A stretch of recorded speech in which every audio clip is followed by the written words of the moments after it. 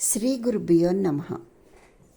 కార్తీక మాసంలో మనం చేసేటటువంటి ఇంకొక ముఖ్యమైనటువంటి పని ఆకాశ దీపం.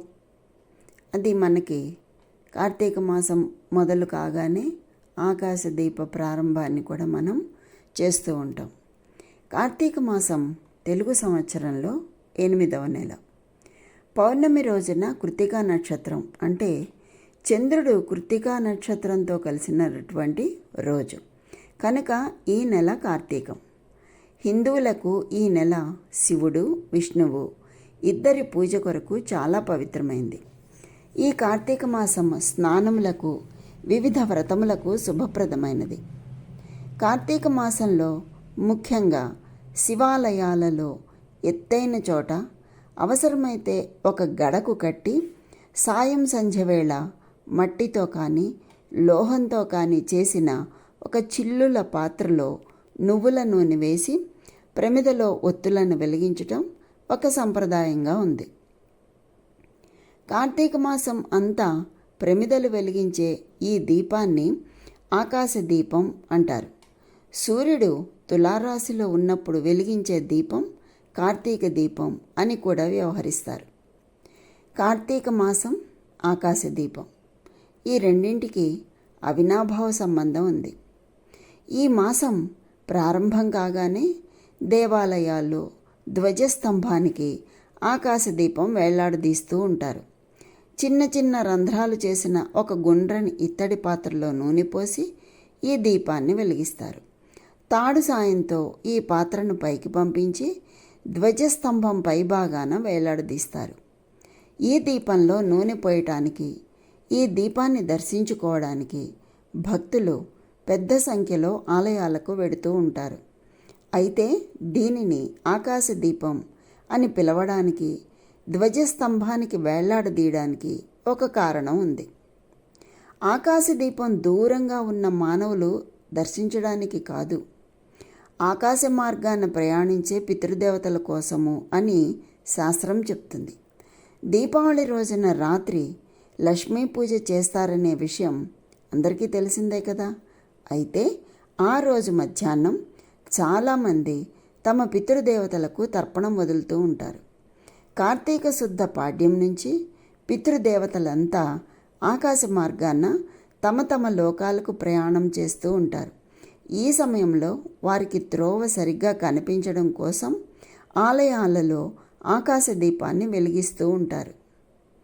ఆకాశ దీపారాధన చేసి యమధర్మరాజును తమ వైపు రావద్దు అని సూచిస్తున్నట్లుగా వేదాల సారాంశం.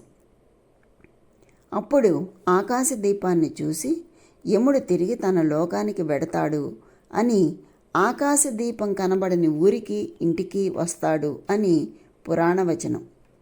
మోక్షం కోరినా కోరకున్నా యముడు రావద్దని అందరూ అనుకుంటారు. కనుక ప్రతి ఒక్కరూ ఆకాశ దీపాన్ని ఈ కార్తీక మాసంలో వెలిగించి ఇష్టదైవాన్ని, పితృదేవతలను ఆహ్వానించి పితృపతిని మాత్రం ఆశీస్సులు అందచేయమని మాత్రమే కోరతారు. ఆకాశ దీపం ఉన్న ఇంటికి లక్ష్మీనారాయణులు వస్తారని, లేని ఇంటికి యమధర్మరాజు వస్తాడని స్కాంద పురాణ వాక్యం. కార్తీక శుద్ధ పాడ్యం నుంచి పితృదేవతలంతా ఆకాశ మార్గాన తమ లోకాలకు ప్రయాణం చేస్తూ ఉంటారు. ఈ సమయంలో వారికి త్రోవ సరిగా కనిపించడం కోసం ఆలయాలలో ఆకాశ దీపాన్ని వెలిగిస్తుంటారు అని శాస్త్రవాక్యం. అంటే ఏది చెప్పినా ఇదే చెప్తోంది. దీప దర్శనాన్ని ఈ శ్లోకం చదువుతూ దర్శించుకుంటారు. దీపం జ్యోతి పరబ్రహ్మ దీపం సర్వతమోపహం దీపేన సాధ్యతే సర్వం దీపలక్ష్మీ నమోస్తుతే. దీపావళితో ప్రారంభించి కార్తీకం అంతా ఆకాశ దీపం పెడతారు. చుట్టూ రంధ్రాలు ఉన్న ఇత్తడి గిన్నెలోని ప్రమిదలో దీపం పెట్టి దానికి తాడు కట్టి జెండా ఎగరేసినట్లు పైకి లాగి రాత్రంతా వెలిగేలా చేస్తారు. దీనిలోని ఆధ్యాత్మిక తత్వాన్ని ఆదిశంకర్లు దక్షిణామూర్తి స్తోత్రంలో చెప్పారు.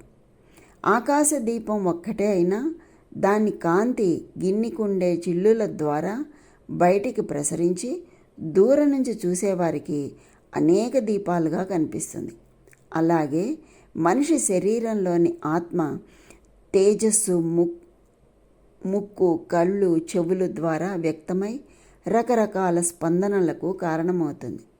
ఒక వ్యక్తిలో ఉండేది వ్యష్టి ఆత్మ, అయితే మొత్తం విశ్వంలో ఉండేది సమిష్టి ఆత్మ.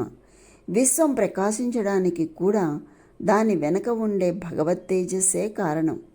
ఇలా మనలో ఉండే భగవంతుడిని గుర్తించడానికి ఆకాశదీపం సంకేతంగా ఉపయోగపడుతుంది. దాన్ని ఆకాశమంత ఎత్తులో కట్టడంలో ఒక ఉద్దేశం ఉంది. ఆకాశంలో ఉండే చందమామ ఎప్పుడూ వెన్నెల రూపంలో అమృతాన్ని స్రవింపచేసి సకల జీవరాశి వృద్ధికి కారణమవుతున్నాడు. అతన్ని అందుకోవడానికి ఆకాశదీపం ప్రయత్నించినట్లే మన బుద్ధిలో వెలిగించే జ్ఞానదీపంతో శిరస్సు పైభాగంలో సహస్రార కమలంలో వెలిగే చంద్రుని అందుకొని అమృతానందం పొందగలగాలి. అదే మోక్షం. బతిగుండగా పొందితే అదే జీవన్ముక్తి. దీపావళి పండుగ జరుపుకోవడం ద్వారా ఇంత ఉన్నతంగా వ్యక్తిత్వాన్ని వికసింపచేసుకోగలగడమే ఉత్సవ సౌరభం. ఆకాశదీపం ఎప్పుడు వెలిగించాలి మరి? సూర్యాస్తమయం కాకముందు ఒక 48 నిమిషాలకు పూర్వం ఇంటికి సమీపంలో ఒక కర్రను పాతాలి. అది చేయి ఎత్తు పొడవు ఉండాలి. ఆ కర్ర మోదుగు, రావి, జువ్వి, మేడి, మామిడి ఈ 5 ఏదైనా కావచ్చు. ఆ కర్రపైన ఒక చెక్క పలకను మేకులతో బిగించేసుకోవాలి.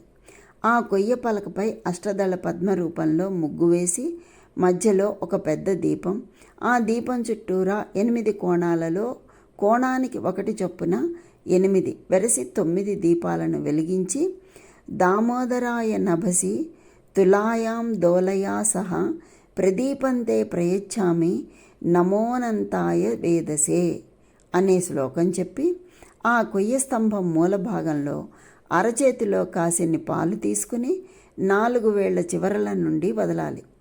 ఇలా వదలడాన్ని దేవతీర్థం అంటారు. పాడ్యమి మొదలు అమావాస్య వరకు ఆకాశ దీపదానం చేయాలి. ఇలా చేసినందువల్ల అఖండ ఐశ్వర్యం లభిస్తుంది అని పెద్దల మాట. కీటాః పతంగాః మశకాశ్చ వృక్షాః జలే స్థలే ఫలే ఏ నివసంతి జీవాదృష్ట్యా ప్రదీపం నచ జన్మ భాగినః భవంతి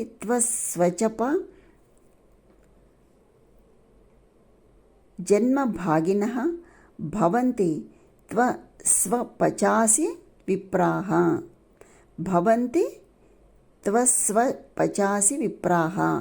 అనే శ్లోకం చదివి నమస్కరించాలి. అంటే చీమలు, ఈగలు, దోమలు, పురుగులు, వృక్షాలు, జలచరాలు, భూచరాలు ఇలా ఈ భూమి మీద నివసించే ప్రతి జీవి ఈ దీపం వెలుగును దర్శించగానే మరుజన్మ లేని అనంత పుణ్యాన్ని పొందాలి అని అర్థం. కనుక ఈ శ్లోకం చెప్పి నమస్కారం చేస్తే ఆ పరమేశ్వరుడు ఎంతో ఆనందాన్ని పొందుతాడు, అంతటి అనుగ్రహాన్ని అనుగ్రహిస్తాడు. కనుక ఆ ఈశ్వరుని యొక్క అనుగ్రహం అందరికీ